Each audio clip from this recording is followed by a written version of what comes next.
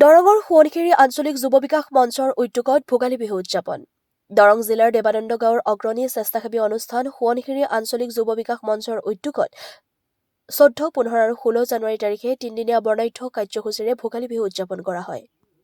প্ৰথম দিনা পতাকা উত্তোলনেৰে তিনিদিনীয়া কাৰ্যসূচীৰ শুভাৰম্ভণি হোৱাৰ পিছত ক্ৰমান্বয়ে বিভিন্ন খেল-ধেমালিৰ প্ৰতিযোগিতা, সাহিত্য প্ৰতিযোগিতা, সাংস্কৃতিক প্ৰতিযোগিতা আদিৰ উপৰিও সদৌ অসম ভিত্তিত মাৰাথন প্ৰতিযোগিতা, নগদ ধন সম্বলিত ভেকচন প্ৰতিযোগিতা আদি ভিন্ন আকৰ্ষণীয় প্ৰতিযোগিতা অনুষ্ঠিত হয়।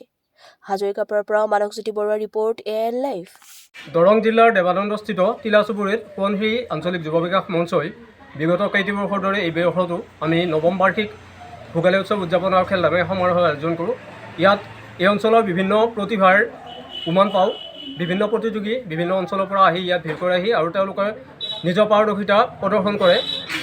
বিভিন্ন খেল ধেমালিৰ লগতে আমি সদৌ ভিত্তিত মাৰাথন দৌৰ প্ৰতিযোগিতা আৰু নগদ ধন সম্বলিত ভেকচন প্ৰতিযোগিতা অনুষ্ঠিত কৰোঁ।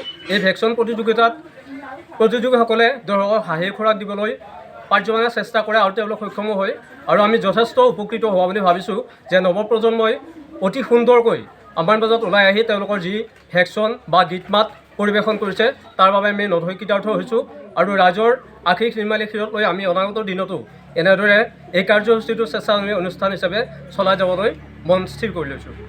যিকোনো খবৰ আৰু বিজ্ঞাপনৰ বাবে যোগাযোগ কৰক 7896121996 লগতে 7002537271 আৰু 9854011916।